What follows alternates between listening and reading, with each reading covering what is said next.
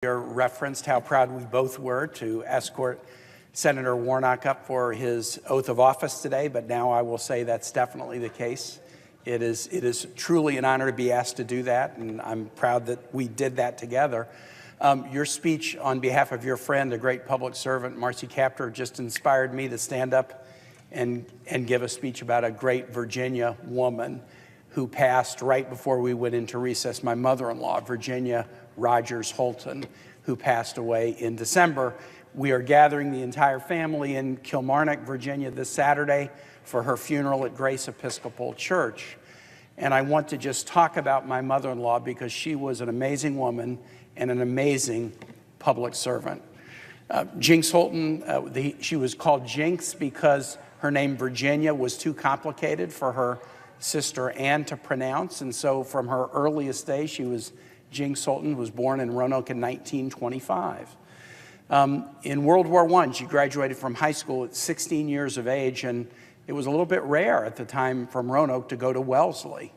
But she did, starting in the class of 1941. My mother-in-law, Virginia Jinx, had such an Appalachian accent that at Wellesley they insisted that she take elocution lessons to be able to succeed in this sort of Ivy League quality school.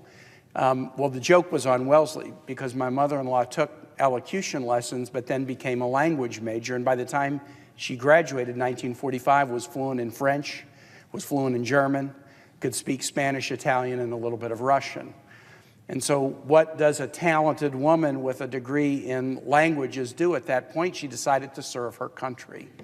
She went to New York and went to an institute where she learned to take shorthand in multiple languages, and then she got a job offer from the CIG, the Central Intelligence Group, the precursor to the CIA, and was assigned to work at the U.S. Embassy in Belgium. It was right after the war. Belgium and other nations in Europe were still devastated. It was hard to find an apartment that had a coal heater that you could get coal on occasion to heat because ration cards were still being used. But for 2 years in Europe and then 3 years here in Washington, this young lady from Roanoke, Virginia, served her country.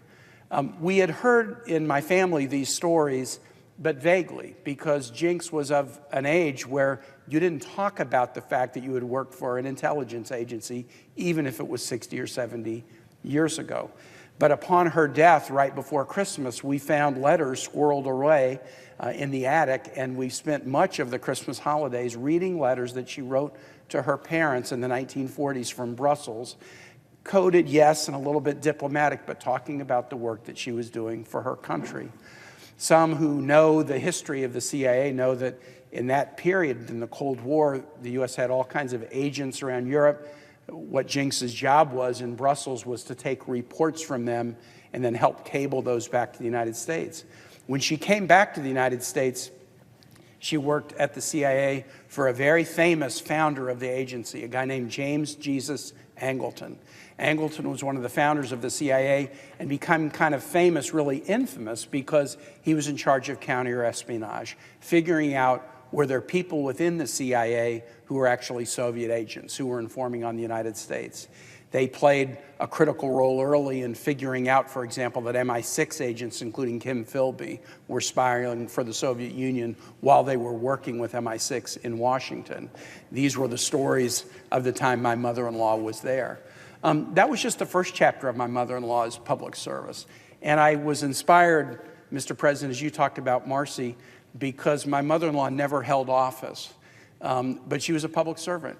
A year ago, almost exactly, I took to the floor to offer a tribute to my father-in-law, who was a pivotal and history-making governor of Virginia, who was most known for integrating Virginia public schools when they had been segregated for so long. I can assure you that was a joint project. That was not just my father-in-law, Linwood Holton. That was he and his wife, Jinx. They got married in Roanoke in the mid-1950s, and they embarked upon a joint project, which was to make Virginia a competitive two-party state. The Democrats ran everything in Virginia, and it was a very different Democratic Party, Dixiecrats, who believed very much in white supremacy and segregation. But together with his wife, Jinx, my mother-in-law, they decided to help build a two-party democracy in Virginia. And they hoped that the Republican Party would be the racially progressive antidote, opposite, contrary to the segregationist Democrats. She supported Linwood when he ran for the House of Delegates in Roanoke and lost in the 1950s. He came close. He ran 2 years later and was on the verge of victory when Eisenhower sent National Guard troops in to integrate Central High School in Little Rock, and Republican fortunes tanked in the South that year. He lost again. He was the Republican Party nominee for governor in 1965, and Jinks was one of his best campaign assets. He lost that race, but the fact that a Republican could even get 35% was seen as amazing and revolutionary. How could that happen? And then they came back, and he ran again in 1969, and he became the first Republican to be popularly elected governor in over 100 years, with Jinks by his side campaigning all the time. They faced a very critical decision within months of taking office. The inauguration was in January of 1970. In the spring of 1970, a federal district court judge, Robert Marriage, ordered that the school systems in Richmond be integrated. Now, of course, this was 16 years after Brown versus Board of Education, but Virginia had used one delay tactic and one stunt after the next to keep schools from truly being integrated. But now there was a district court judge who were ordering that it happened. The political pressure on the Holton family was, you're the governor, you need to keep doing what all Virginia governors have done, and you need to fight against integration. Instead, Lynn and Jinks got their 4 children together, including my wife Ann, who was a middle schooler, the second of their 4 children. And they said, we have a family decision to make. The tradition that we think is a bad one is that the powers that be fight against the notion that children can sit in a classroom if their skin colors are different. And that's what we are being urged to do. But we as a family think that all people and all Virginians are equal, and they shouldn't be discriminated in the classrooms of this Commonwealth. And so our decision in an official capacity will be not to oppose busing, not to fight it, but we want to go further than that. We don't want to just make a legal argument. You are living in the city of Richmond. The city of Richmond has very segregated schools. The governor's mansion is not in any school zone. You could go to whatever school you want. But we think you should go to the neighborhood schools that are predominantly African-American schools. And if you do that, we can send the loudest message possible that education is a value that's important, and kids should be able to learn together regardless of the color of their skin. When school opened in the fall of 1970, my father-in-law, Linwood, took my wife's older sister, Taylo, to a high school, Kennedy High School in Richmond. And that picture made the front page of the New York Times. The New York Times had carried many a picture of Southern governors standing in schoolhouse doors, blocking African-American kids from coming in. But they only had one picture of a white Southern governor escorting his own child into a school that was a predominantly African-American school. The Richmond paper carried a very similar picture. It was not of Linwood and Taylo, but it was of my mother-in-law, Jinks, and my wife, Ann. Jinks escorting Ann and her brother into the middle school, Mosby Middle School, a nearly completely African-American middle school named after a Confederate general, General Mosby, Colonel Mosby. But the Richmond paper carried that similar photo. A family deciding that they wanted to stand for integration and civil rights, and not just in words, but in deeds that would be viewed by all and understood by all as a message. Linwood is the governor, and people talk about Linwood, but it's impossible to look at a decision like that and not recognize, as is the case for so many of us, that what we do, we only do with the support and the encouragement of our families, of our spouses, of our kids. And in that family decision made by Linwood Holton and his wife Jinks, the Holton administration did the thing that it was most known for, which was turn Virginia from a backward-facing Confederate museum piece into a forward-facing, more dynamic Commonwealth. Commonwealth, the wealth we hold in common. We are a community. My wife, Ann, in a kind of an unpredictable storybook tale, went on to become First Lady of Virginia when I was elected governor in 2005. She's the only person who's ever lived in the Virginia governor's mansion as a child and then as an adult. And that means that Jinks Holton is the only First Lady of Virginia that's ever had a child who also became First Lady. And during the 4 years I was governor, Virginia has a single 4-year term. We had so many wonderful memories where we had my mother and father-in-law 36 years after they had been governor and First Lady staying with us and wrestling with the problems of the day just as they did. And one of my proudest memories of my father-in-law and mother-in-law came during this fall of 2006. My legislature, over my objection, had placed on the ballot a constitutional amendment to ban any recognition of same-sex couples. Not just marriage, civil union, any recognition of same-sex couples. And my legislature could put that on the ballot even though I objected. I campaigned against it. I campaigned very hard to convince Virginians that they should not place in their Constitution a limitation on civil rights and said we should be placing in the Constitution a protection of civil rights. But I'll always remember the phone call I made to my father and mother-in-law when I said that my wife and I were going to stand on the steps of the governor's mansion and come out forcefully against the amendment. And I asked Lynn and Jinx, how would you guys feel as a great civil rights family to join us? Now, they're of a different era. Linwood, born in 1923 in Big Stone Gap, Virginia, and Jinx, born in 1925 in Roanoke, Virginia, but they didn't hesitate for a minute. They remembered being in the governor's mansion and making a stand as a couple for civil rights, and they said, we'll be there tomorrow to join you. And we stood on the steps of the Capitol in 2006, and at that point, Ann and I had been married 22 years, and they had been married about 52 years, and we said, we're standing here, we got 74 years of marriage, and we're going to tell you that there's nothing in this that harms our marriage in any way, and marriage is the most wonderful institution, and all should have the right to marry whom they choose, and that's why this amendment should be defeated. I can think of many other instances where I was so proud of my mother-in-law, but that was definitely one of the most memorable. We were with my mother-in-law on Thanksgiving. We go down and spend time in the little community, Kilmarnock, where she lived in a retirement community. The first thing we do on Thanksgiving every time we visit is we run in the 2-mile turkey trot, Irvington Turkey Trot, that's a fundraiser for a local charity. And it was many different cousins and grandchildren and my wife and I.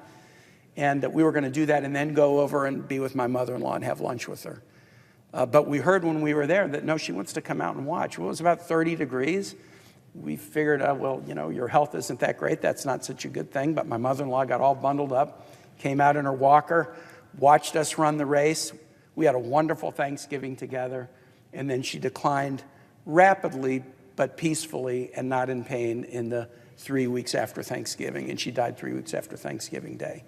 But again, hearing my colleague and friend, Sherrod Brown, talk about Representative Capter and the unique role that she has played as a congresswoman in doing wonderful things for her constituents, but also setting an example of women in leadership, I thought, you know what? I gave a speech about my father-in-law and his historic governorship a year ago.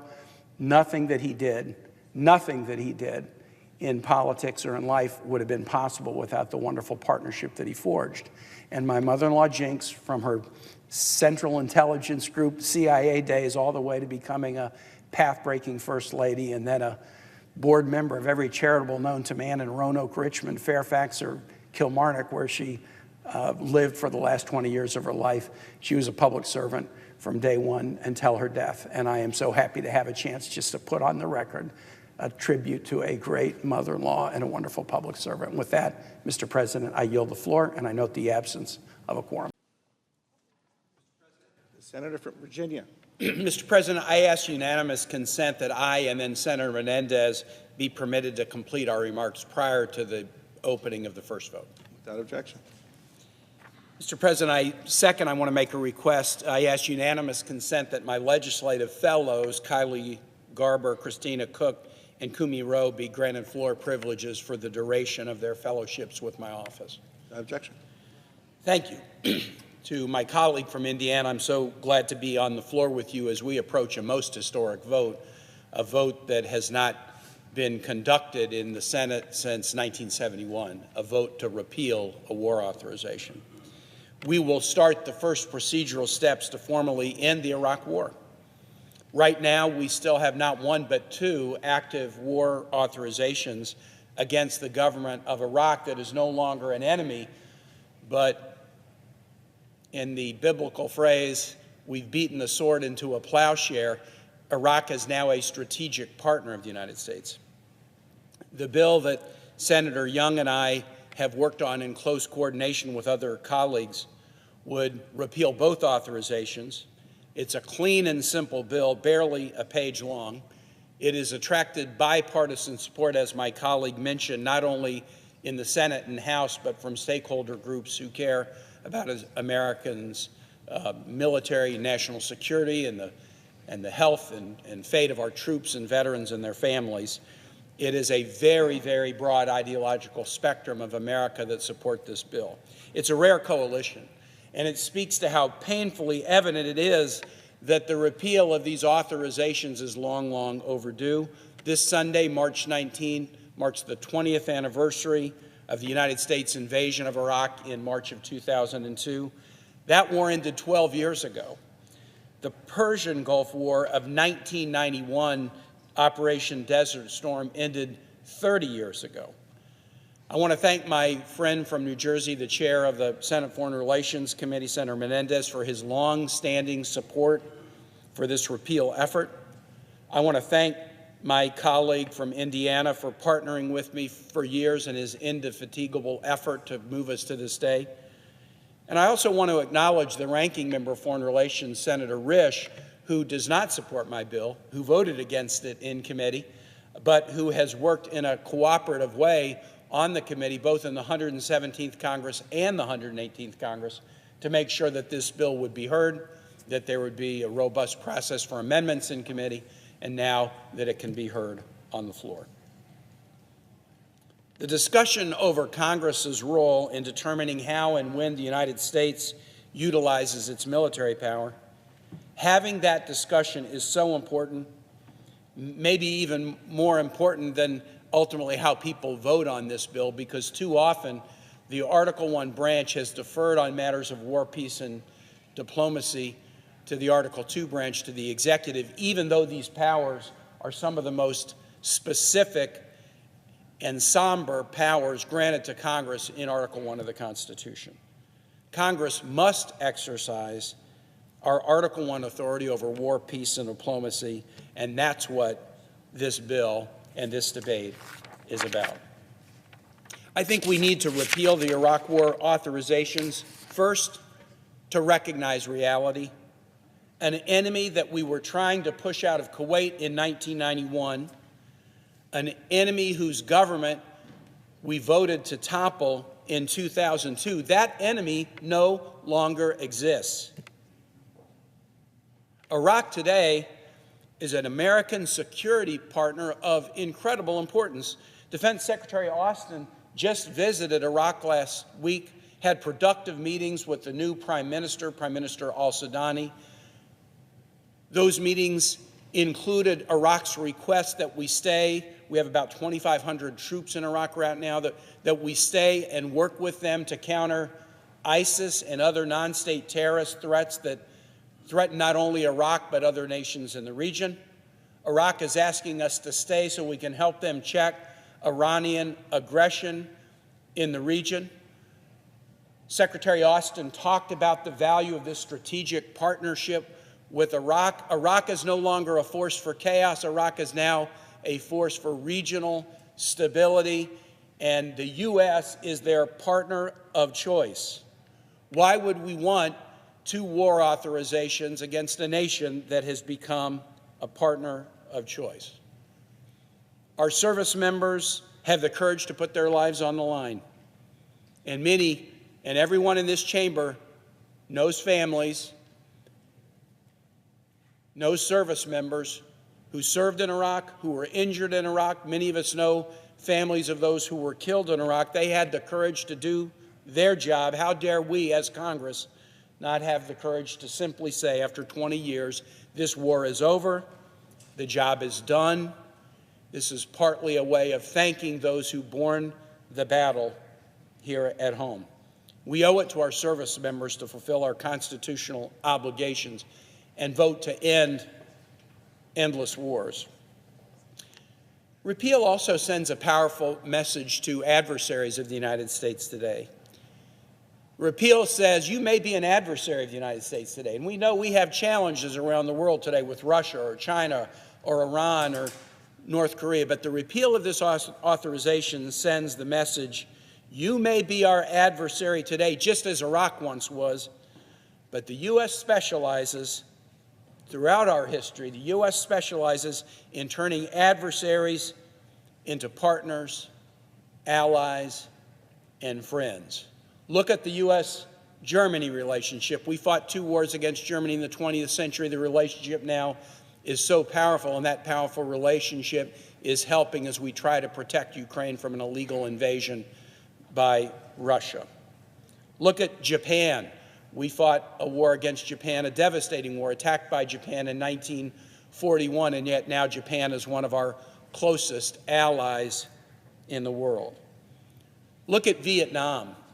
When Vietnam invites the USS John McCain to make a port call in Vietnam to celebrate the relationship that has been built between our two nations, a relationship that still has some challenges, but a relationship that few could have predicted during the Vietnam War, we send a message to the entire world that the U.S. will turn a sword into a plowshare, will beat a spear into a pruning hook. We will embrace diplomacy, and that's a message that the U.S. adversaries of today should draw from action to repeal this war.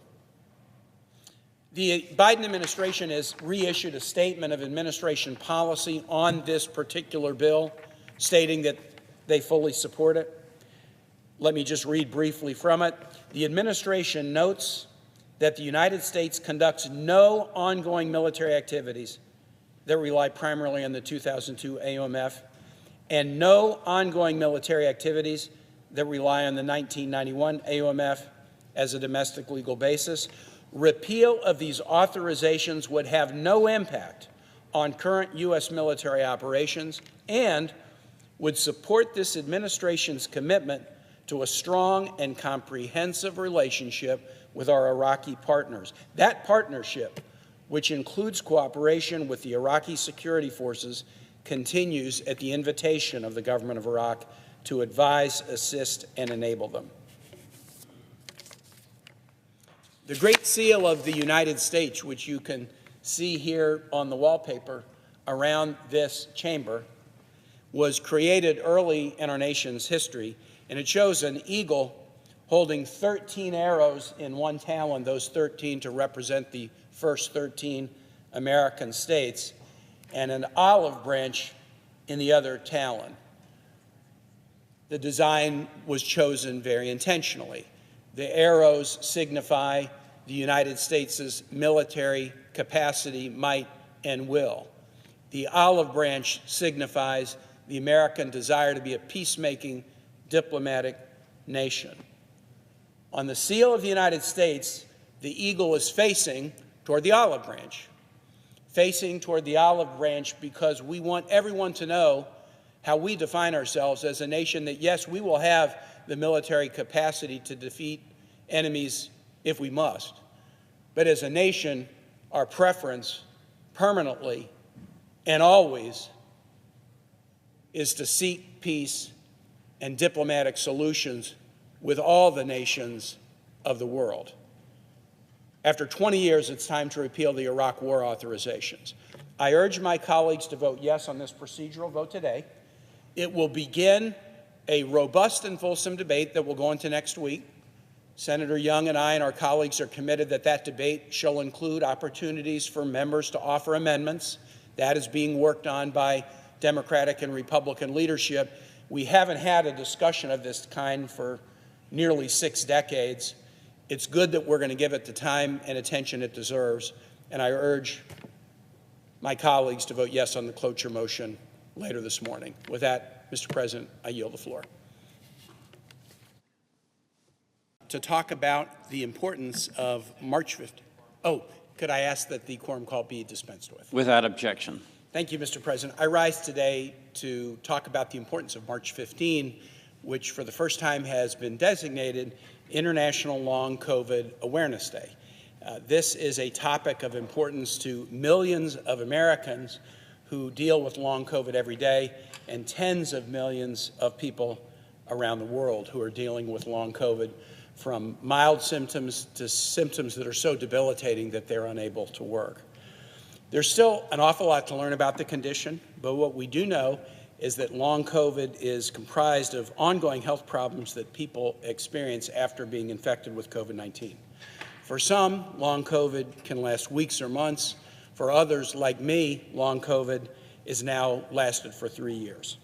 Long COVID symptoms can vary. Some people experience general symptoms like fatigue, neurological symptoms like headaches or difficulty concentrating, digestive problems, shortness of breath, heart palpitations, other neurological conditions. The prevalence of long COVID is a best estimate, but the recent survey by the Census Bureau in partnership with the National Center for Health Statistics shows that about 5.8% of Americans have long COVID, and that amounts to about 11% of Americans who've had COVID continue to experience long COVID symptoms. I'm on my own long COVID journey. My symptoms are mild, but they have been continuous for 3 years. When we were working in the Capitol in March of 2020, at the very beginning of COVID, most of us had dispatched our staffs and sent them home. And so I was working in my office together just with my chief of staff. It was kind of a lonely time, as those of us who were here remember, but we were working hard. We were working hard to pass the first COVID relief bill, the CARES Act, and we did good work in a bipartisan way to provide relief to individuals and our businesses and hospitals and universities and schools in those early days. I noticed one day that my nerve endings turned on like a light switch was flicked, and all of them started to tingle like my skin had been dipped in an Alka-Seltzer. 24/7, every nerve ending in my body. It has not gone away in 3 years. I had a mild case of COVID. I'd never had respiratory problems. I never had fatigue. Within a few days after getting this, I was fine except for the nerve tingling, and I assumed because of the pollen on my car that it was hay fever gone wild. Other symptoms were more like allergic symptoms, pink eye and skin rashes, and that all went away. But when I went home, I gave COVID to my wife, just one more thing for a husband to feel guilty about. She got the standard case of COVID, and that's what made us realize that that's what I had. We both had mild cases. Within a very few days, we were up and at 'em and feeling great, but this nerve tingling sensation has never gone away. I kept waiting, thinking next week it'll go away or next month it'll go away, but after 6 months, I finally decided I should see a neurologist, and I went to George Washington and did fine on neurological tests, but the neurologist told me, look, viruses can have a neurological after effect. And the good news is it's probably not going to get worse. The bad news is it may not get better. And the doctor was perfectly right on both counts. It's never gotten worse, and it's never gotten better. Not painful, not debilitating. I can work, I can exercise, I can focus. It's harder to sleep. That would be the only area where it's affecting my life. But it's eerie that after 3 years, it hasn't changed. And my wife said, well, but then doesn't that mean you just get used to it and you don't notice it? No, it's just a little too intense. I notice it all the time, everywhere. Well, the good news is my symptoms are mild and I can continue to work. But as I've shared my story, what I have found is many come and share their stories with me, including people here on the Capitol. They share their own long COVID stories. And many are very, very troubling. The marathon runner that can't walk around the block. I have a dear friend who is, I'm godfather to her oldest child, has a very demanding, physically demanding job as a dialysis nurse that involves a lot of helping patients around. Got COVID, and both fatigue and balance issues are so challenging she's not able to do the work. I had a state employee who worked in my Department of Transportation who saw me ride on a bike ride by his house one day in Richmond where I live, and he flagged me down and stopped me and said, hey, look, I was your employee when you were governor. working with the Department of Transportation. I'm a young dad. I have 2 boys under age 10. I want to be a great father for them, but I got COVID, and now my long COVID symptoms are so significant. Can't play baseball with them, can't do the kinds of things that a dad wants to do with his children. This individual is now on long-term disability, unable to work at all. These are very, very serious stories. The public health emergency around COVID is likely to come to an end on May 11, but we can't forget millions of people who are dealing with this issue. Let me just share some statistics. Across the United States, adult women are more likely than men to experience long COVID. Individuals who identify as Hispanic or Latino experience long COVID more than any other racial or ethnic group. People with disabilities are more likely to experience long COVID than those without disabilities. Long COVID is not limited to people like me. I just turned 65. A lot of young people are dealing with long COVID symptoms. Their initial COVID presented differently than it did with most adults, but some of the long COVID symptoms are those I've described. 25% of people who have long COVID say that their symptoms significantly limit their activity, and the economic cost of long COVID disability is upward of $200 billion a year. Up to 4 million people are out of the American workforce right now because of long COVID, at a time when I know all of us are hearing from our employers, I can't hire people. It's so hard to hire people now. The unemployment rate is the lowest it's been since 1969. If there are things we could do that could help that 4 million come back into the workforce, it would be good not only for them, for their happiness, for their pocketbooks. It'd be great for our economy. To better understand the impact of long COVID, in January I worked together with the Agency for Healthcare Research and Quality to gather patients and providers from Virginia and state and federal officials from everywhere to come to a summit in Richmond to talk about long COVID. The conversations that day allowed us to, nearly 3 years in, dig into long COVID and what are its impacts, and most importantly, what can we do? We were able to discuss experience, share best practices and research, and I was honored to have 4 Virginians with long COVID to join me in discussing their own journeys. Cynthia talked about having unusual symptoms and not being believed initially that she even had COVID, and then not being believed that she had long COVID. Her symptoms were more in the allergic reaction space, similar to mine. In fact, she went multiple times to emergency rooms because her symptoms were so intense, and found that without telling her, she was often being drug tested because they assumed that she was there and maybe she was suffering from some kind of a drug overdose. So they were testing her for that and not believing her long COVID story. She has since found healthcare professionals who believe her and are offering her treatments that have not ended her long COVID symptoms, but are enabling her to more effectively negotiate her schedule. Maddie from Southwest Virginia was kind of your quintessential do-everything 35-year-old mom of 3 who also worked, who also went to school. She could juggle everything and make it seem easy. When she got COVID, she got hit with fatigue so intense she couldn't do any of those things, and then that spiraled into depression. She was a healthcare provider herself, working with seniors, and really started to question, what kind of purpose do I have if I can't be the mom I want to be, if I can't be the healthcare provider I want to be? It caused tremendous anxiety and depression. Now, Maddie's was a story of hope because she eventually found a physician that realized COVID had exacerbated an underlying medical condition called Hashimoto's disease that she had had probably since birth, but had never really been serious enough to notice. COVID exacerbated it. She's being treated for Hashimoto's, and many of those symptoms have abated. So hers is a story of hope. This is not a hopelessness story. You can find paths forward. She's doing better.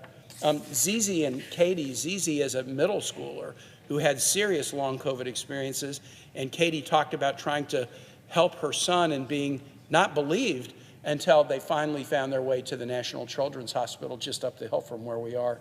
And then finally, Rachel, longtime human resources professional at a community college in Virginia, used to working with people, including people with disabilities, to help them either get jobs or do coursework at the local community college. Her long COVID experience was so debilitating in fatigue and migraine headaches and other problems with respect to focus that she eventually had to leave her job, apply for long-term disability under Social Security. She was told when she applied that there were more than 500,000 applications, before hers. And after a year, she was turned down with little explanation. She described the challenges of trying to negotiate the system and fill out forms when when she's suffering from such fatigue and headaches and other symptoms that even filling out a form is difficult. So these 4 stories were a mixture of young people and adults, some stories that didn't yet have happy endings, and at least one that did have a positive ending, and it was important that we understand them.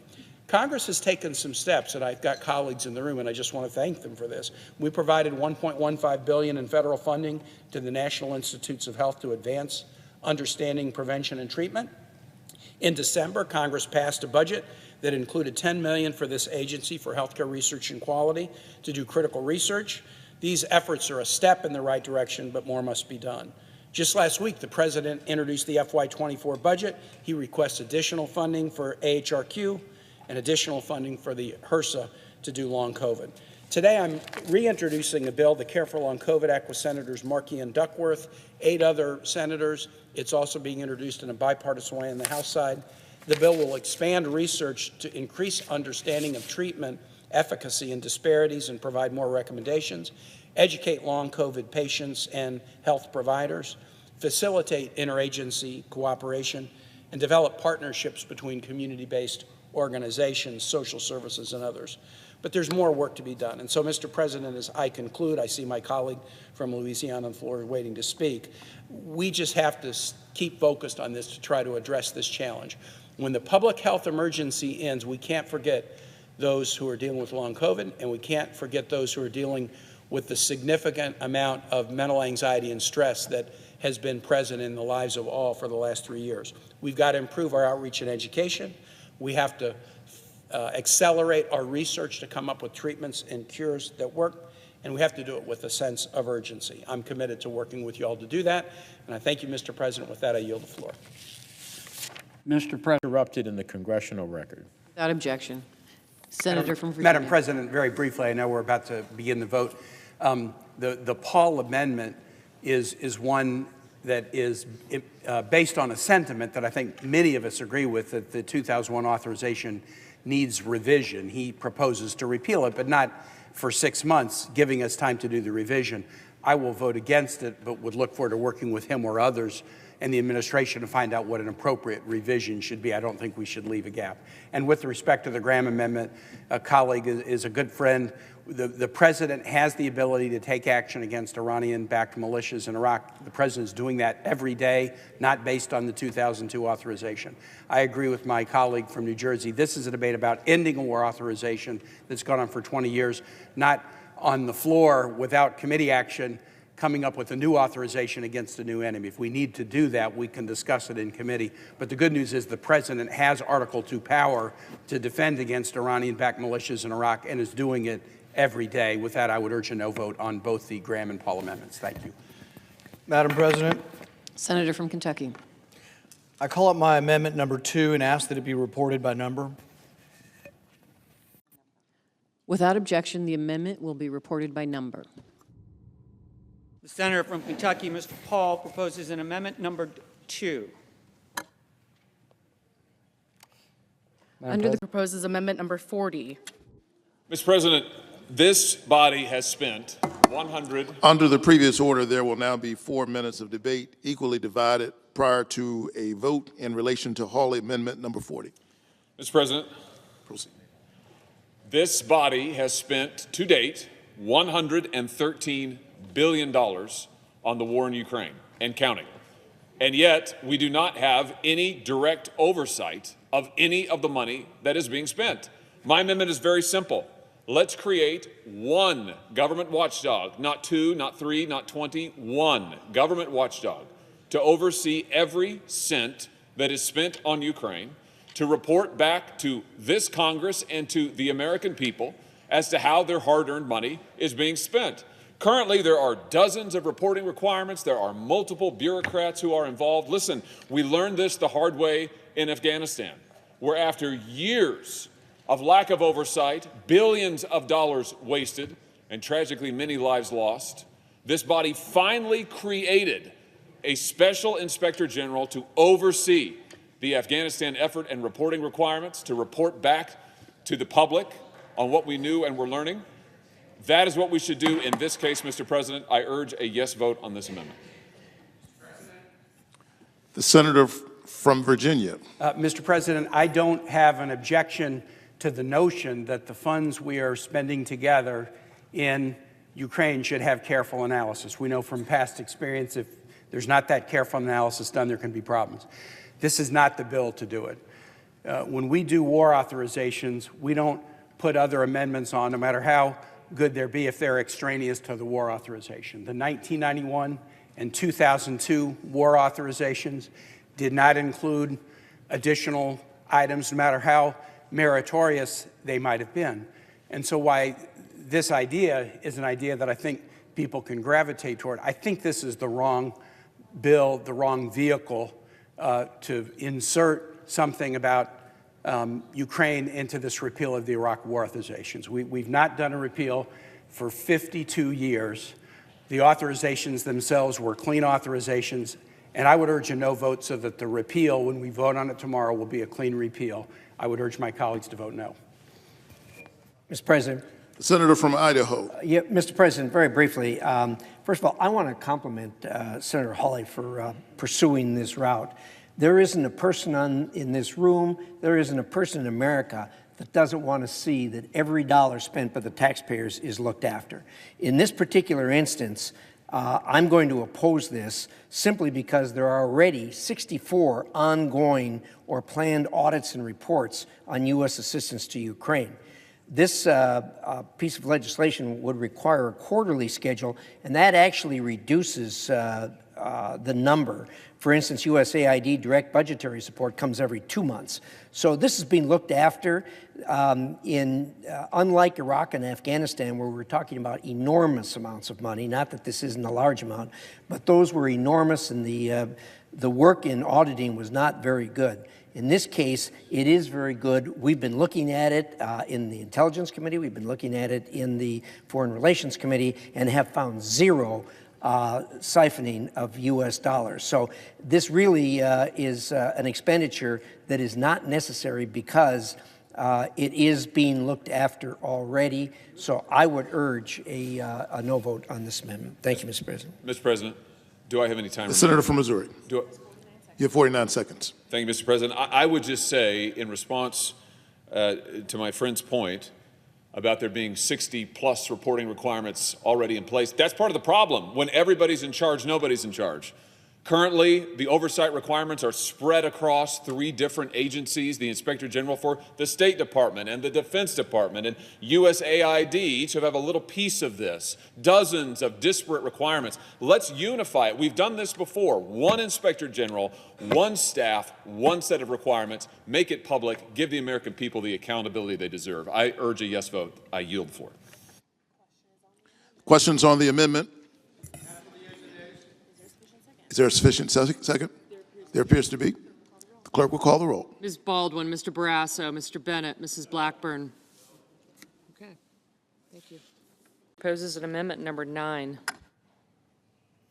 Mr. President, there's no responsibility we have as members of Congress more serious than protecting the men and women who defend this nation.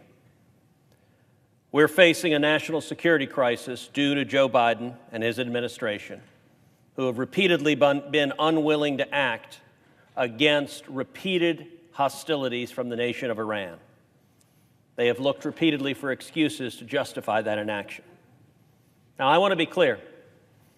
I am not where some members of this body are who want to maintain this authorization for use of military force. I want to vote to repeal this authorization of use of military force. The Iraq War was a long time ago. I believe the Iraq War was a mistake at the time it was fought. And I would be enthusiastic about Congress reasserting its war-making and war-declaring power by repealing the AUMF. But at the same time, I don't want the repeal of the AUMF to be used as an excuse by the Biden administration to roll over and do nothing if and when Iran attacks and murders American soldiers, sailors, airmen, and Marines in the Middle East. And Mr. President, this is not hypothetical.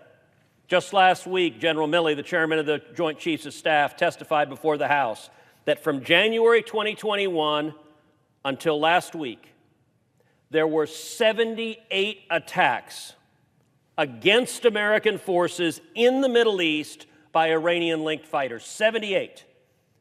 The Biden administration responded 3 times. 75 of them went unresponded. Tragically, but predictably, appeasement doesn't work. On Thursday morning, the CENTCOM commander was testifying in front of the House. Here on the floor of the Senate, we were debating this very issue, the AUMF and Iranian aggression. We now know that at 6:30 in the morning Eastern Time on Thursday, Iran attacked U.S. forces, murdered a United States citizen, a U.S. contractor, and wounded 6 other Americans. That happened at 6:30 in the morning Eastern Time on Thursday. Mr. President, you didn't know that on Thursday. Mr. President, I didn't know that on Thursday. None of us knew that on Thursday. Why? Because the Biden administration kept it a secret for 12 hours. Because they didn't want to tell the Senate while we were debating this issue that an American had just been murdered by Iran. That's disgraceful. You should be angry about it. I should be angry about it. My amendment is very simple. My amendment restates that under Article 2 of the Constitution, the President has the authority to defend U.S. troops and to respond to Iranian aggression. The opponents of this bill, my friend Senator Kaine will speak shortly. What he said in the Senate Foreign Relations Committee, he said the amendment's unnecessary. Article 2 already does that. Well, good. If it is unnecessary, then the Democrats ought to support my amendment and add it. Because I'll tell you what it will get. If we add this amendment, I will vote yes on the AUMF repeal. If we don't add this amendment, I'm a no. And here's why. I don't want to give an excuse for the Biden administration the next time Iran attacks to do nothing. And if it's unnecessary legally, it ought to be an easy give to say, let's add it to be clear. If you attack U.S. forces, the President has the authority to respond. Because I don't want the Biden administration using the repeal of the AUMF as an excuse for their weakness, as an excuse for their appeasement.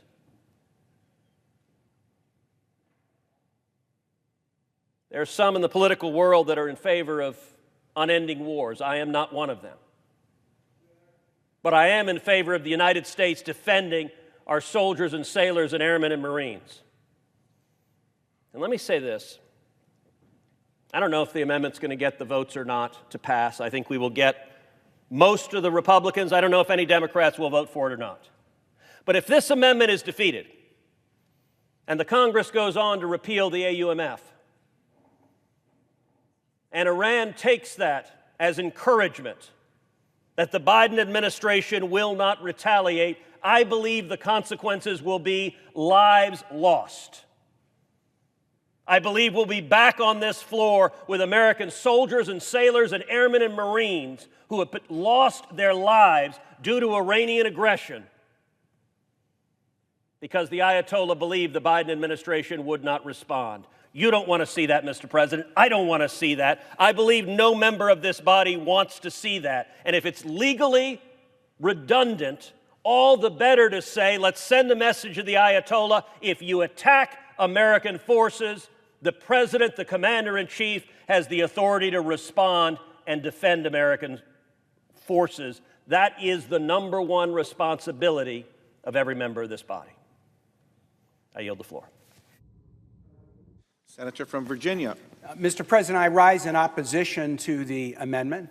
The bill that's on the floor is the effort to repeal authorizations for war against Iraq that were passed by this body in 1991 and 2002.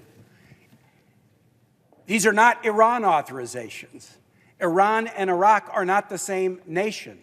The wars against Iraq are over, and we need to repeal these. This morning in the Armed Services Committee, we heard from General Austin. He talked about his visit to Iraq.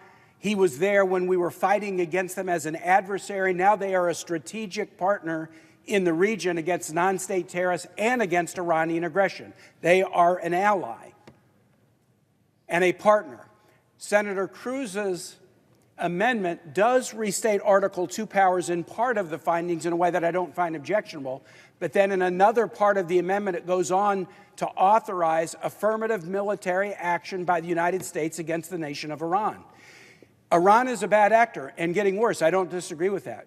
But if what we need is a debate about a war authorization with Iran, we shouldn't do it on the basis of a 1-minute amendment offered on the floor of the Senate. That's how we got into this problem in the first place. The Iraq authorization in 2002 was considered in the Senate for 1 day. No committee proceeding. 5 amendments in 1 day, and we went into a war that most would agree was one of the worst blunders strategically that this body has made.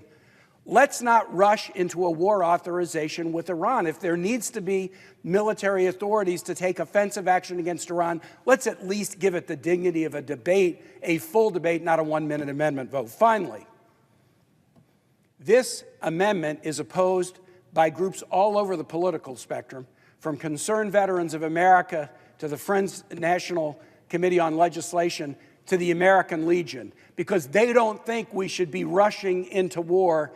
Iran and its challenging activity and aggression warrant some significant attention, not a 1-minute amendment vote on a bill that it's not related to. I urge opposition to the amendment. Mr. President.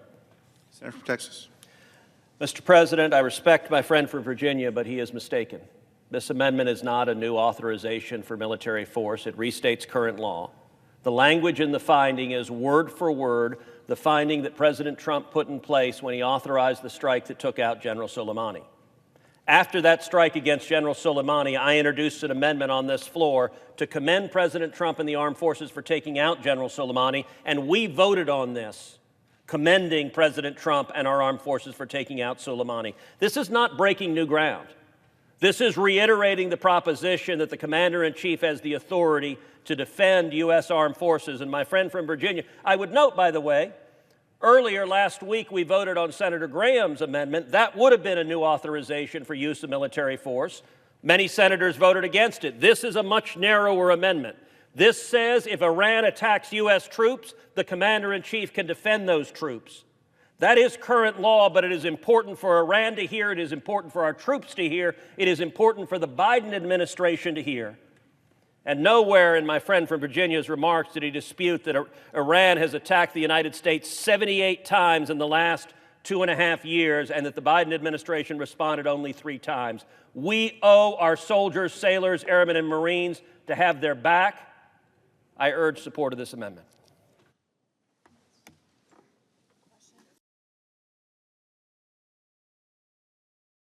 Mr. President, I take the floor because of a letter that I received in my office a few days ago. This was a letter that was mailed to our office via email on March 23rd, and I just want to read it. Hello, Senator. My name is, I'm going to omit the name. My name is, and I am terrified to go to school. I've lived in your state for almost 6 years, and never have I been more scared than I am when I go to school every day.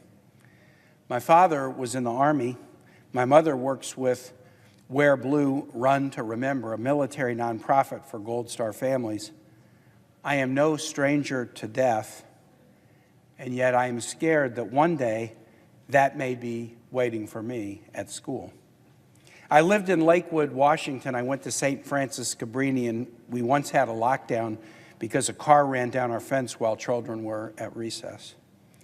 I was present during the shooting at Fort Hood in 2013. My sister can't remember, but she was so close to the perpetrator.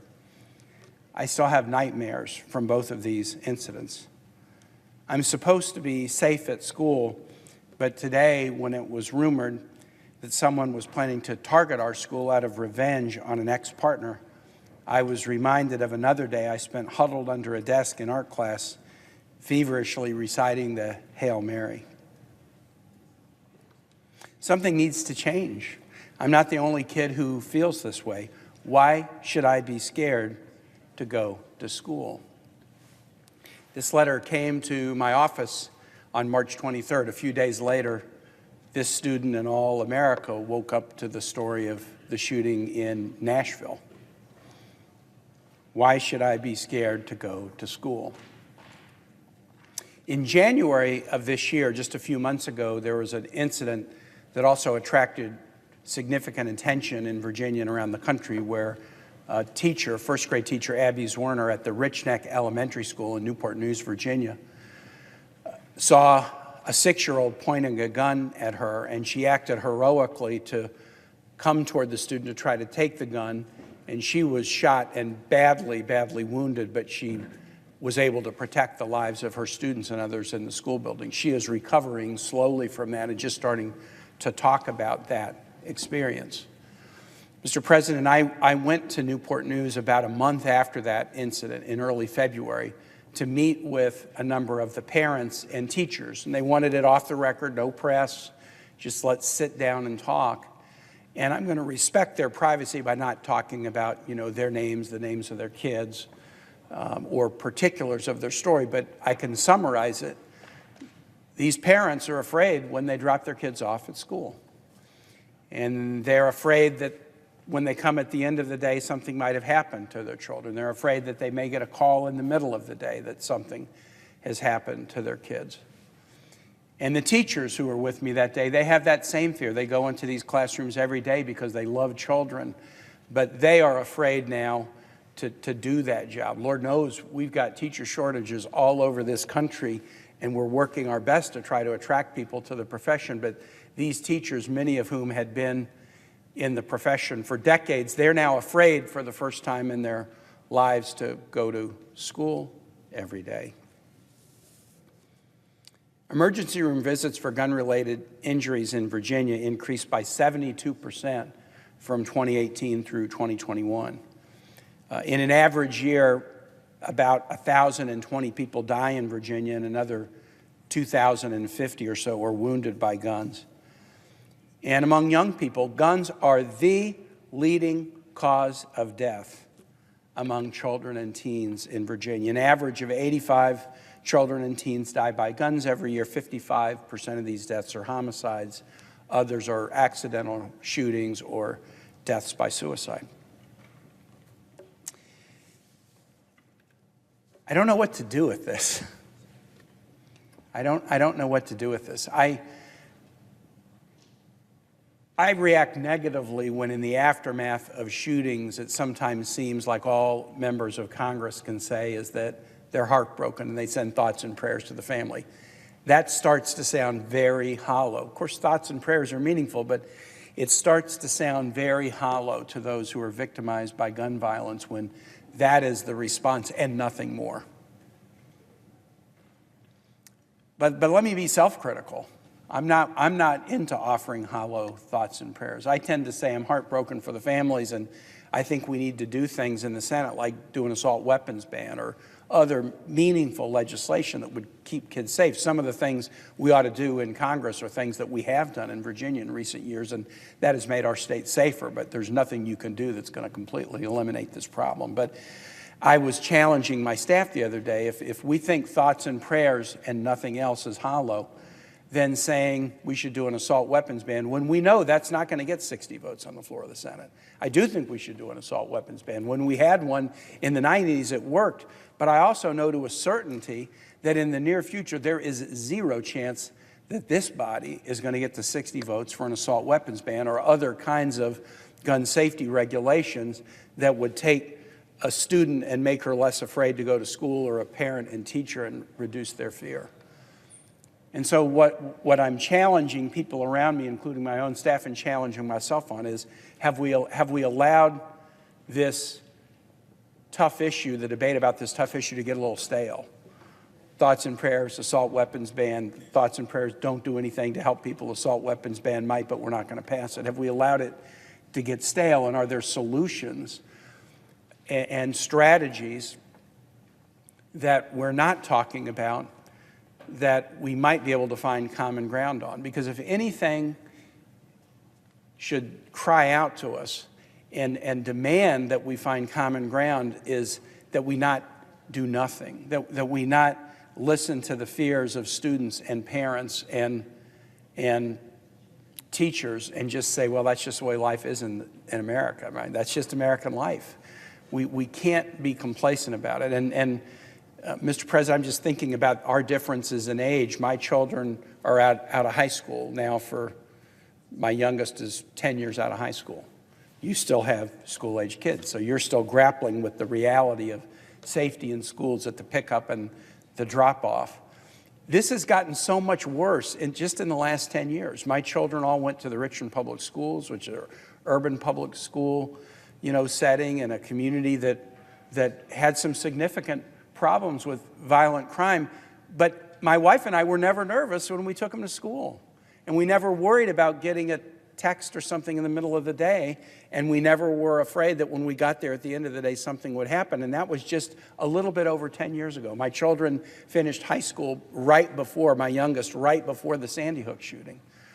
So they were not in the K-12 system in Virginia when there has just been this steady drumbeat of one school shooting after the next. They weren't terrorized or afraid. Their teachers weren't. My wife and I weren't. And that was just 10 years ago. How much more devastating the problem of school shootings has become in the last 10 years. And so I just take the floor to say, I need to write something back to this youngster. Her question, why should I be scared to go to school? I've got to write her and respond in some way, and I don't really know now what to say. But I've challenged my team, and I challenge my colleagues that we're in a recess period where we're back in our states, we're talking to people, we're hopefully getting ideas from them and listening to them. Let's ask some young people who go to school, let's ask some teachers, let's ask some parents of school kids if they have ideas for us that are new or different. Let's ask them whether our political debate about solutions has grown stale and whether there are solutions that we haven't yet contemplated that could respond to the question that this student has raised. And with that, Mr. President, I yield the floor. And the absence of a quorum. Clerk will call the roll. Ms. Baldwin.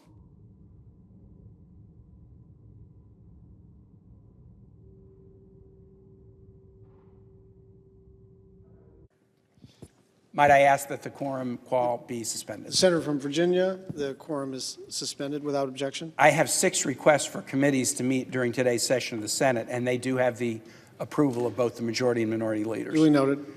I now note the absence of a quorum. Wisconsin. Mr. President, last December, the World Health Assembly established an intergovernmental negotiating body to draft a new convention on pandemic prevention and preparedness. At its 4th meeting last month, the negotiating body accepted a draft of this new convention that would give the World Health Organization broad new powers in managing future pandemics. If accepted, it would cement the World Health Organization at the center of a global system for managing future pandemics, and it would erode U.S. sovereignty. Let me just list a few of the examples of some of the provisions of this draft, I'll call it a treaty. Currently, it would require a substantial new U.S. financial commitment to an international body without a proportional voting power. It would require the U.S. to give the World Health Organization 20% of vaccines and other pandemic-related products produced during future pandemics. It includes a heavy emphasis on the transfer of intellectual property rights to the World Health Organization. It gives the World Health Organization a leading role in fighting misinformation and disinformation, and as the Twitter files reveal, that leads to censorship and the suppression and abridging of freedom of speech. It also promotes a global One Health approach to health care, including harmonizing regulation under WHO guidance. The WHO has not earned this power, far from it. At a critical moment in late 2019 and early 2020, the WHO utterly failed to detect the emerging COVID-19 pandemic and delayed informing its member states. Instead, it was kowtowing to Beijing. And unfortunately, there are indications that the Biden administration is considering joining this new convention by executive agreement and avoiding the Senate. We should not let this happen. An agreement of such magnitude needs to be submitted to the Senate for advice and consent. This is not a partisan issue. This is about reclaiming the Senate's prerogatives on international agreements. So, Mr. President, I call up my amendment number 11 and ask that it be reported by number. The clerk will report the amendment by number. The senator from Wisconsin, Mr. Johnson, proposes an amendment numbered 11. So, Mr. President, this amendment is very simple. It declares any pandemic convention produced by the intergovernmental negotiating body to be a treaty requiring Senate advice and consent. I had a similar amendment on the Iranian agreement a few years ago. It is far past time that the members of this body reclaim our constitutional authority at ratifying these incredibly serious treaties and no longer allow the administration to go ahead and negotiate agreements that can have a dramatic impact on our sovereignty and bypass the Senate entirely. So again, very simple amendment. It would deem any agreement a treaty and require that it be ratified by the Senate, and I urge all my colleagues to support my amendment. Mr. President. Senator from Virginia. Mr. President, I rise in opposition to the amendment, not because my colleague from Wisconsin is completely wrong about the need for WHO accountability. Many of the facts he stated are facts that are troubling. But the bill that is on the floor is a bill to repeal the Iraq war authorizations of 1991 and 2002. The bill has nothing to do with global health or the WHO. The Senate has not repealed a war authorization since 1971, 52 years. This is a historic debate. When we authorized the wars in Iraq, the Gulf War and the invasion of 2003, we did it in authorizations that didn't include extraneous amendments. The Senate deemed these important enough that other matters, even if they were important, were not added on to the declarations of war. I strongly believe we should take up this repeal, keep it limited precisely to the question on the floor, should we repeal the Iraq war authorizations, and not add in extraneous matter, even if that matter has some merit. And for that reason, I would ask my colleagues to vote against the amendment. Mr. President, quick response. Senator from Wisconsin. There's nothing in my amendment that would harm what the senator from Virginia trying to accomplish in terms of repealing the authorization for use of military force. So my amendment can be accepted and have no impact whatsoever on the legislation before the floor, for the body. Thank you. The question occurs on amendment number 11. Is there sufficient second? There appears to be. Clerk will call the roll. Might I ask consent that the quorum call be suspended? Without objection. Thank you, Madam President. I rise today to talk about a crisis in our military leadership driven by one of my Senate colleagues' decision to place a blanket hold on now more than 250 apolitical nominations of senior military officers. The senior senator from Alabama has done so. These 250 military nominations are soon to be joined by another 400 or so, which would mean that 650 individuals who volunteered to wear the uniform of this country and to defend the country, even at risk of their own lives, are being blocked in their professional advancement by a senator punishing them for something they had nothing to do with. Nothing to do with. The senator is concerned about a policy of the Pentagon that would allow women service members who cannot obtain reproductive health care where they are deployed or assigned to travel to other places to receive that care. That is currently the way we treat members of the military. If they are assigned at a base in the United States or elsewhere and they need medical care that they cannot obtain where they are assigned, they are able to travel to seek that care.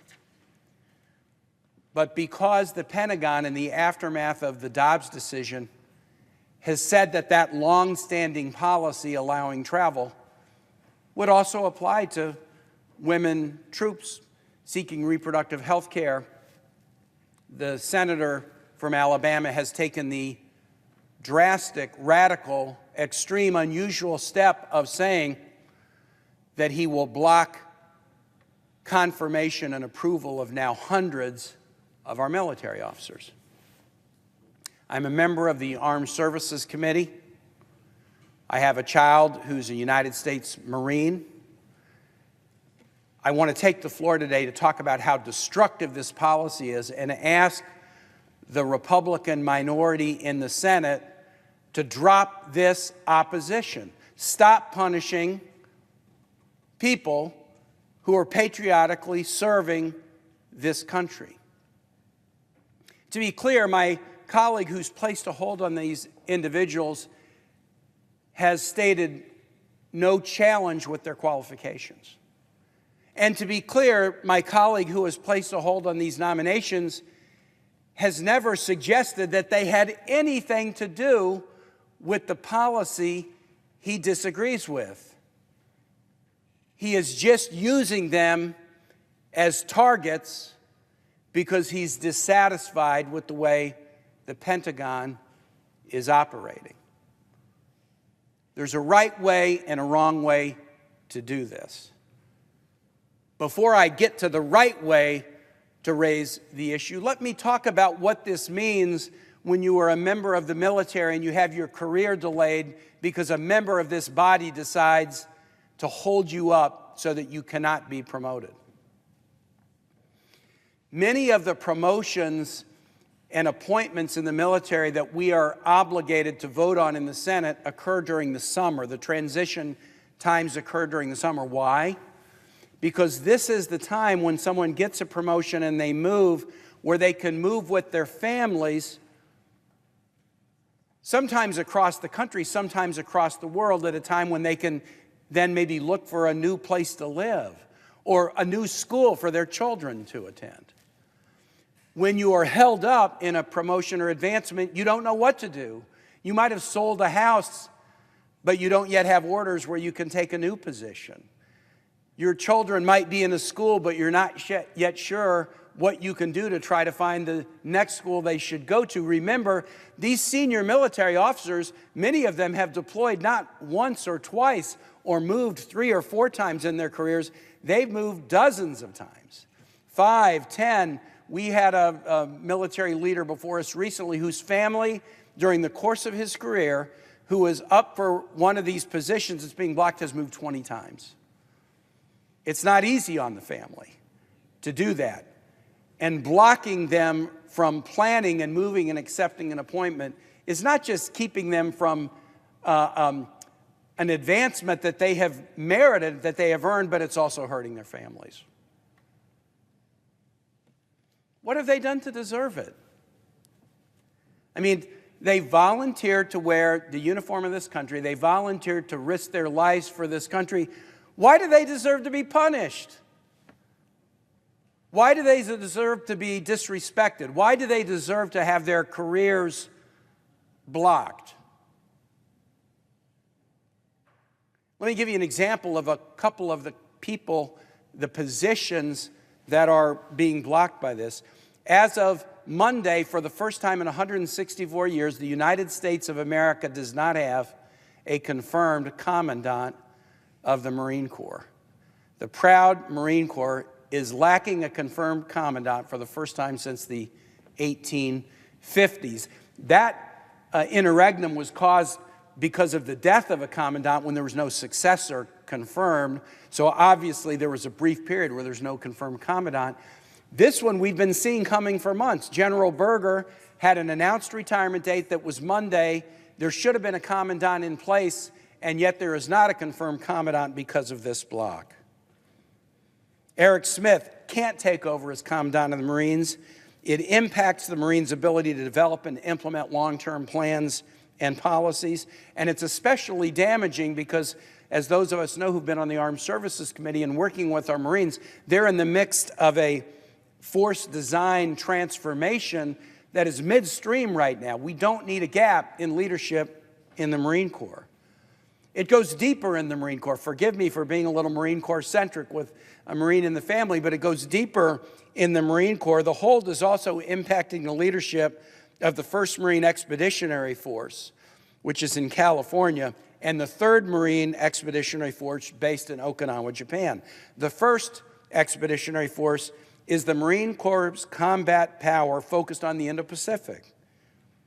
We're spending all this time talking about the challenge of the Indo-Pacific, the challenges of China, but the leadership of this critical Marine Expeditionary Force is now not in place because of this hold.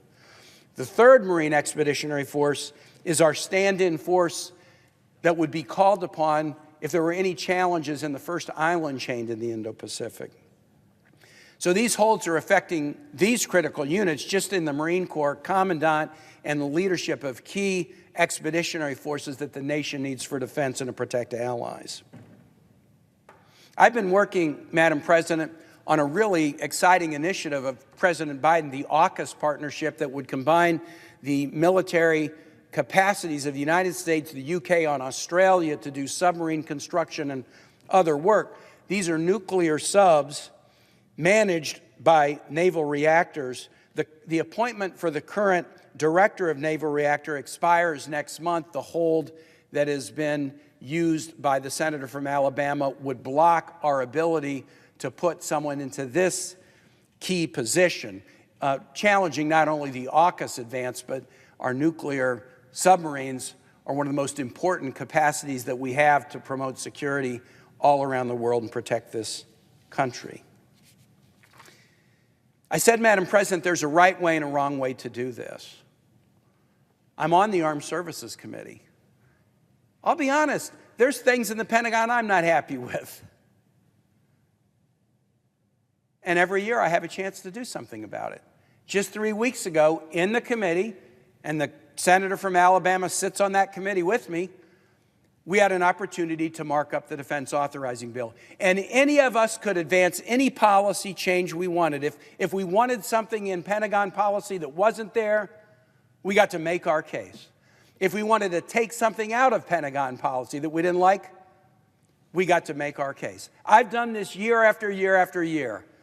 I have a pretty good batting average when I offer an amendment, but I know when I offer one, if I can't convince a majority of my colleagues on the Armed Services Committee, I'm not going to win.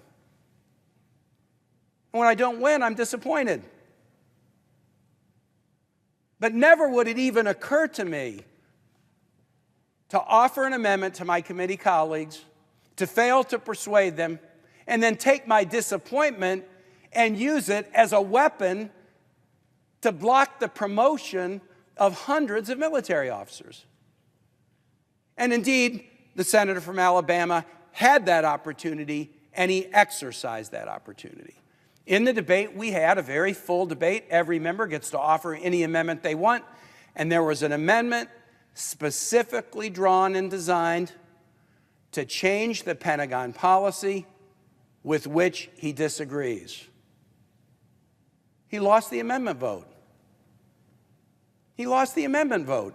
He couldn't convince a majority of the committee that this was a Pentagon policy that should be changed. That's the right way to go about this.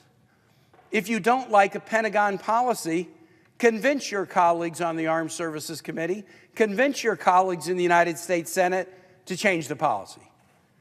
But if you fail, if you fall short, if you're not persuasive enough to convince your colleagues to change the policy, that's on you. When I lose amendment votes in the committee, I don't take it out on people who've had nothing to do with the policy. I try to work with my colleagues, come up with a better argument, change it, shape it, do something so that if it matters to me, I might find some success in the future. But it shocks me, Madam President, because it never would have occurred to me every time I've lost an amendment vote in working on 10 or 11 defense authorizing bills, it never occurred to me, I know what I'm going to do. I did not get my way on the committee. And so what I'm going to do is I'm going to punish hundreds of people who have volunteered to serve this country and risk their lives in doing so. That's what I'm going to do. I'll conclude, Madam President, and just say this, that we're facing recruiting challenges in the military right now, and particularly in the Army. We had the hearing this morning for General George, who is the nominee to be the new Secretary of the Army. He's the Vice Chief right now. Not Secretary, he'd be the Service Chief for the Army. He's Vice Chief right now. And we've been talking about some of the recruiting challenges that the Army is facing. In the last fiscal year, they had a goal of trying to get about 60,000 people in, and they fell 20,000 short, 40,000. The good news is they've upped their goal to 65, and they'll probably come in at about 53 this year. They're still not getting what they need, but they're kind of closing that gap. But we talked about, well, what is it that makes recruiting into the military hard? And the Army, to their credit, has done a really good job of kind of surveying what it is that makes it hard to recruit people into the military. And I was surprised at this. I would have guessed that the number one obstacle would have been people thinking, it's dangerous. I might risk my life. I might see something bad happen to somebody I care about.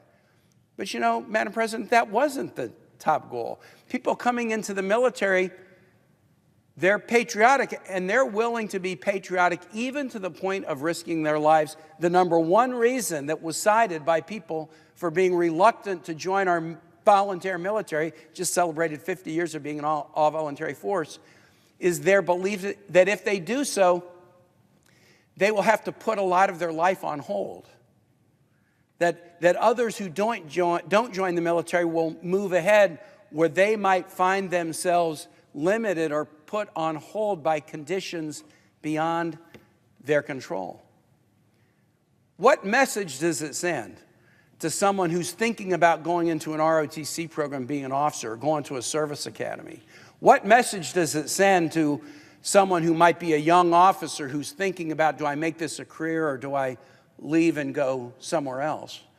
When a single member of this body has decided to take it upon himself to punish hundreds of officers and block their professional advancement because of something that they had nothing to do with.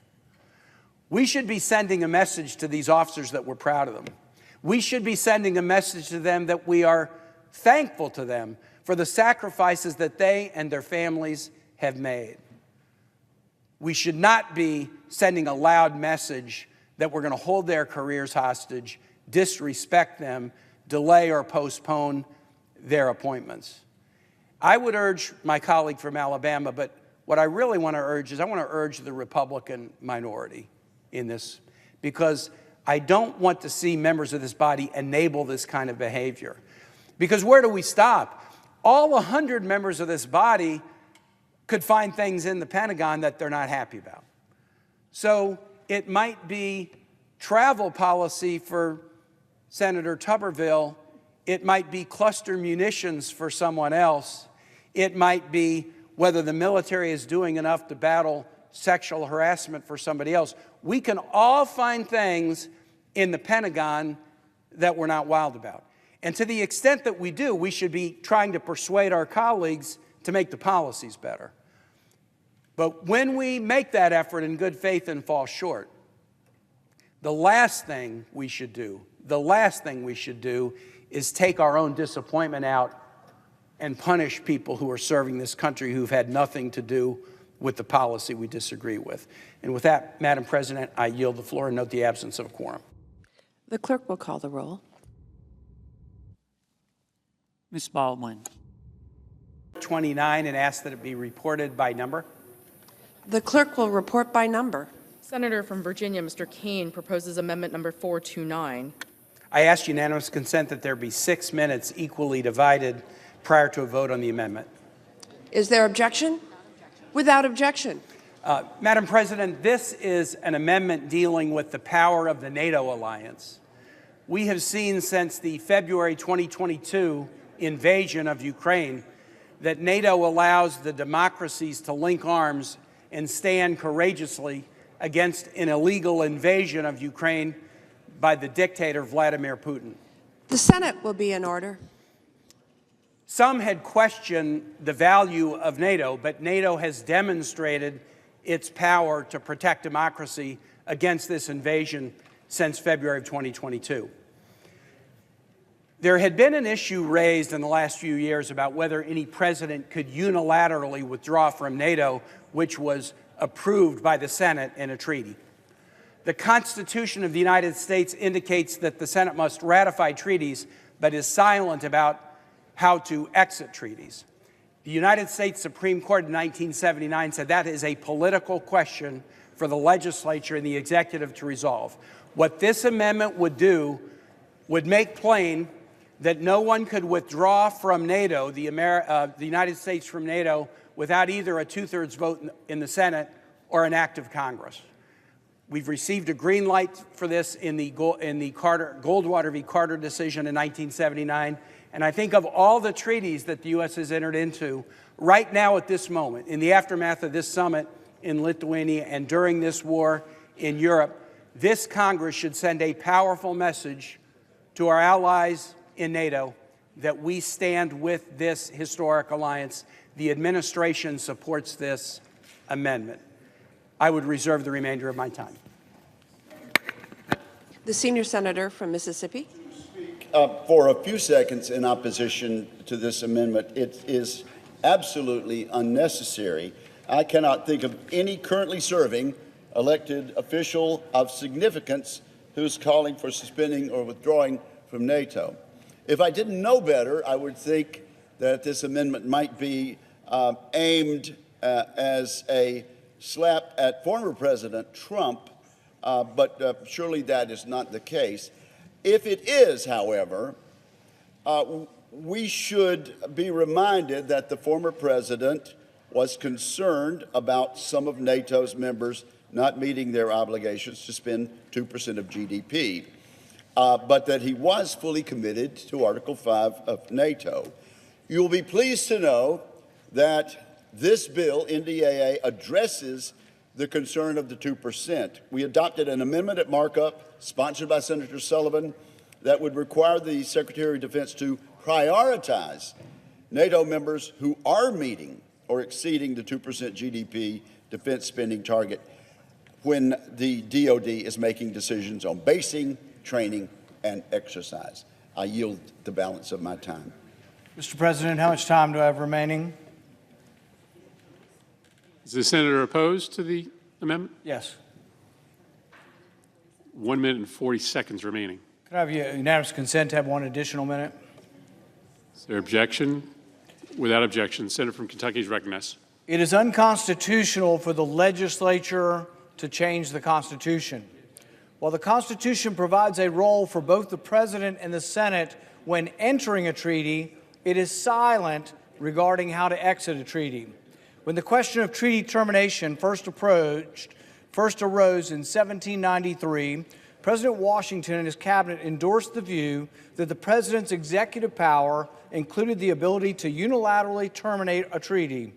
Withdrawal from the treaty obligations permitted the U.S. to maintain neutrality in a war between France and Great Britain, and it was done unilaterally by President Washington. The power to enter treaties is found in Article 2, which vests the President with the executive power.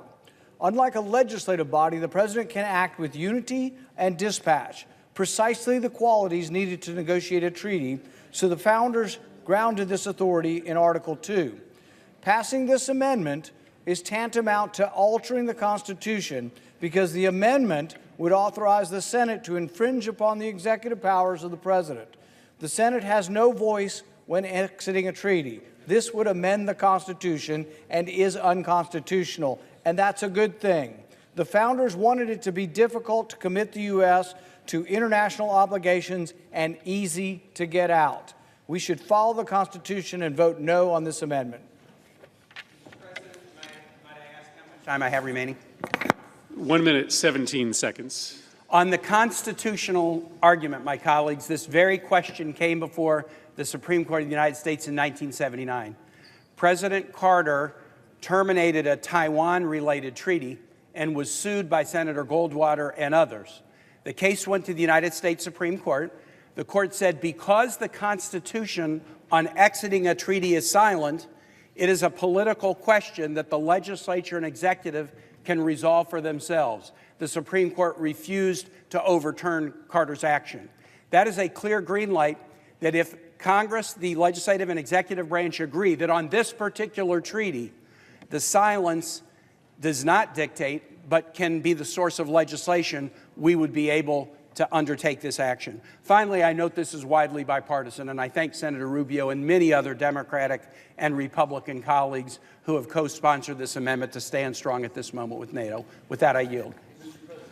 Is left on this unnecessary and extraneous amendment. 1 minute and 11 seconds. I urge a no vote for those reasons. Question is on the amendment.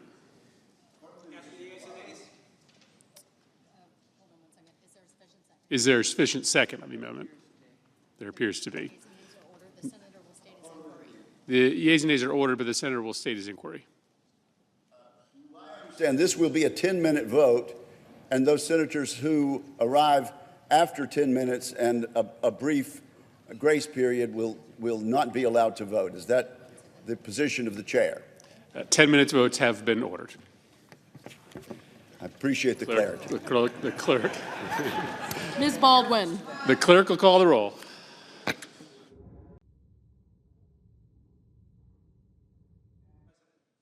The junior senator from Virginia. I ask if we're in a quorum call. We are. Could I ask that the quorum call be suspended? Without objection. Madam President, I have 4 requests for committees to meet during today's session of the Senate. They have the approval of the majority and minority leaders. Duly noted. Madam President, I rise today to try with my colleagues to put an end to the double shutdown threat. There are 2 shutdown threats existing right now in the United States Capitol. One is a threat by certain members in the House majority to shut government down at the end of the month. That would be foolish. It would hurt people unnecessarily. It would be particularly foolish given the existence of federal law. It would be particularly foolish given the existence of federal law that says federal employees get paid even during a shutdown. How would it be fiscally conservative to shut the government down, lock federal employees out of their offices, disable them from serving their fellow Americans, and pay them? So we need to put an end to any risk of shutdown or threat of shutdown, and it's frankly a bad faith tactic even to raise it. But the second shutdown we need to avert is a shutdown of military promotions, and that is what I want to address today. The senior senator from Alabama has held up political nominations of more than 300 senior military officers for months. I've spoken about this numerous times on the Senate floor, and yet it is getting more and more severe every day. And this is the behavior of one senator who has placed the hold on these nominations, but frankly, it's behavior that is being enabled by his colleagues on the Republican side of this body. Military leaders who have done nothing other than volunteer to wear the nation's uniform and risk their lives in serving this country, who have served honorably, have had their lives and careers derailed over a disagreement on a policy matter that these officers had nothing to do with. A few weeks ago, Senator Reid and I took the floor, and we read the name and backgrounds of all who have been blocked. We read their name, their rank, how long they've served, where they've been deployed, military awards, nominations, and medals they've received: Silver Star, Bronze Star, Purple Heart, all of whom are being blocked.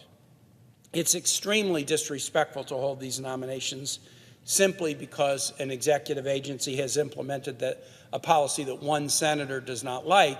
And as I've explained previously on the floor, it's particularly galling because we have repeatedly given this senator an opportunity to convince his colleagues that the DOD policy is wrong, and he's been unsuccessful. In the Armed Services Committee, where we served together, he wanted a vote on an amendment to change the DOD policy. He failed. I have failed in making amendments in the Armed Services Committee before, and I never take out my failure on people who are serving wearing the uniform of this country. If I'm not persuasive enough to convince my colleagues of a policy, I'm not going to punish those who are serving this country. This is causing critical challenges in critical positions throughout the DOD, and it's affecting Virginia, just as it is all states. Of those who are being held, 39 of the positions are positions that affect Virginians. They're unable to move their families, unable to put their children in school. They can't start the jobs for which they have been nominated based upon their track record. Of the 39 positions, 25 are in one region, Hampton Roads, Virginia, the center of sea power in this country. These affect operations, modernization, and the future of the largest naval base in the world. But it's not just Hampton Roads. It's also McLean, Fort Belvoir, Falls Church, Fort Gregg Adams, and Winchester. The irresponsible hold is not only affecting the lives of individuals and affecting the strength of our military, it is getting attention from around the world. It is getting attention from allies who depend on us and want to know we're reliable, and it's also getting attention from adversaries. Let me just read a sampling, and this is a small sampling, of headlines about how the actions of the United States Senate in blocking these appointments are being interpreted around the world. RT is Russia Today newspaper, an article that was a somewhat gleeful one, U.S. military hit by unprecedented leadership void. This is a good news story in RT. The action of the Senate is a good news story in Russia Today. Al Jazeera, this is not a publication of an adversary, but it's a publication that is widely read throughout the Middle East, including by folks in nations who are adversaries. Senator stalls U.S. military promotions and anti-abortion standoff. This is going throughout the Middle East. BBC News, the UK is probably our most reliable ally militarily and also in the intelligence community. They're part of the Five Eyes. We share intel. Senator Tuberville, no truce over military blockade on abortion. Madam President, you know President Biden 2 years ago announced a pivotal new partnership called AUKUS, the U.S., Australia, and the U.K. This is an alliance that has been important and will be more important, and yet what is being read by the citizens and military leaders in the United Kingdom, they are reading about this action of the United States in blocking military promotions. This is a publication, and I got to admit, I cannot pronounce this, but I will translate it. It is Global Times. It is a publication in the People's Republic of China that is subordinate to People's Daily. The dispute over the right to abortion has been spreading like fire! Exclamation point. This is a good news story in China. More than 300 appointments were blocked by Republican lawmakers, and the 3 U.S. military branches angrily denounced them. This is what our adversaries are saying about what is happening in this chamber, more accurately, what is not happening in this chamber. The Sydney Morning Herald, again, this AUKUS announcement about our framework with the U.S. and the U.K. will depend heavily upon the not only cooperation with the Australians, but the Australians have pledged to invest billions of dollars in the American submarine industrial base so that we can train them and eventually build up a domestic submarine production capacity in Australia. U.S. Senator blocks hundreds of military promotions over reproductive rights as the Australian Parliament is making the decision about whether to commit these resources to the United States in a historic way. This is what they are reading about the American military and the leadership of this body with respect to promotion of military members. CBC, this is the Canadian Broadcasting Network, and this is, again, one of our primary allies in the world who we work with together on everything. Embassies unstaffed, military gaps, America's toxic politics spills into foreign affairs, one of our best allies. That's what they are saying about us. And then finally, this last publication. This is a publication that's a Taiwanese publication. Taiwan is increasingly reliant upon the United States and other nations to try to protect them from Chinese aggression. U.S. anti-abortion senator boycotted general promotions, criticized for assisting the Communist Party. Whether it's our allies or our adversaries, they watch what we do and they watch what we don't do. And they are paying critical attention to the blockade of these worthy men and women in the military. Now, my Republican colleagues have sort of switched tactics. For a while, they weren't sure whether they wanted to defend the blockade that the senator from Alabama is leading, and they've realized it's indefensible. So now they're trying to blame Senator Schumer for it. Senator Schumer should just take responsibility for addressing this by putting votes on the floor. Senator Schumer has nothing to do with these blocks. During his entire time in this Senate, he's not put a blanket hold on military promotions, nor has any other member of the Democratic caucus. The suggestion that it's Senator Schumer's fault is laughable.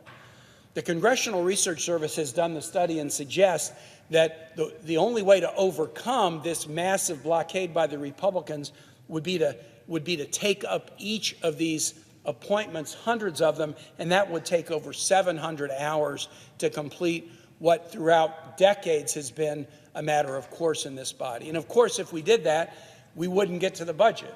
We wouldn't get to other important priorities. We wouldn't get to FAA reauthorization. We wouldn't get to the Farm Bill. We wouldn't get to confirm judges. And so the notion that we'll just bring them all up individually, the Republican majority knows that that is not practical. Some have suggested something that frankly is even more pernicious and that I find insulting.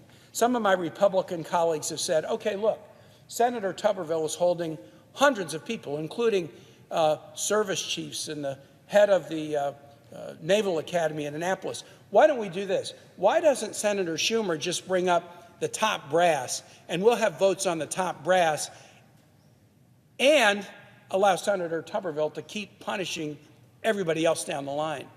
That's not a good faith offer, and it is directly contrary to the spirit of the American military. I'm not a veteran. I serve on the Armed Services Committee from a very military state. My oldest son is United States Marine. If you say to somebody in the military, just advantage the brass and punish everybody underneath them, I would advise you not to say that to anybody in the military. That is not the American military ethic.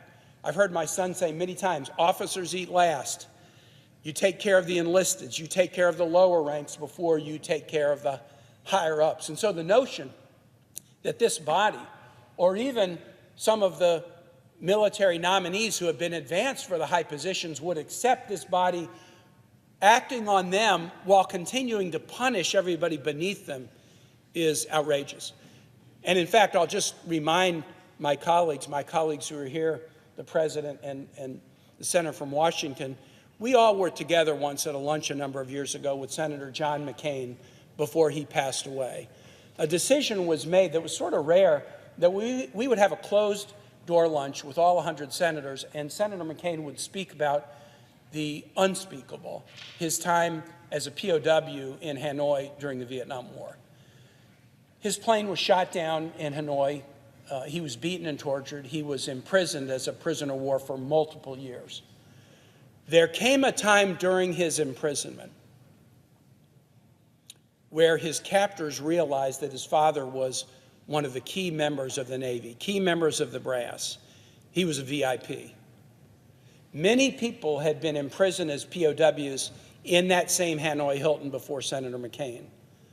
But the North Vietnamese believed if we let Senator McCain out, it will suggest that we're beneficial, but it also may weaken the morale of those who remain here because we'll let out somebody who is high up on the list and will continue to punish others. And they came to captive McCain and they said, we will let you out. How tempting that must have been.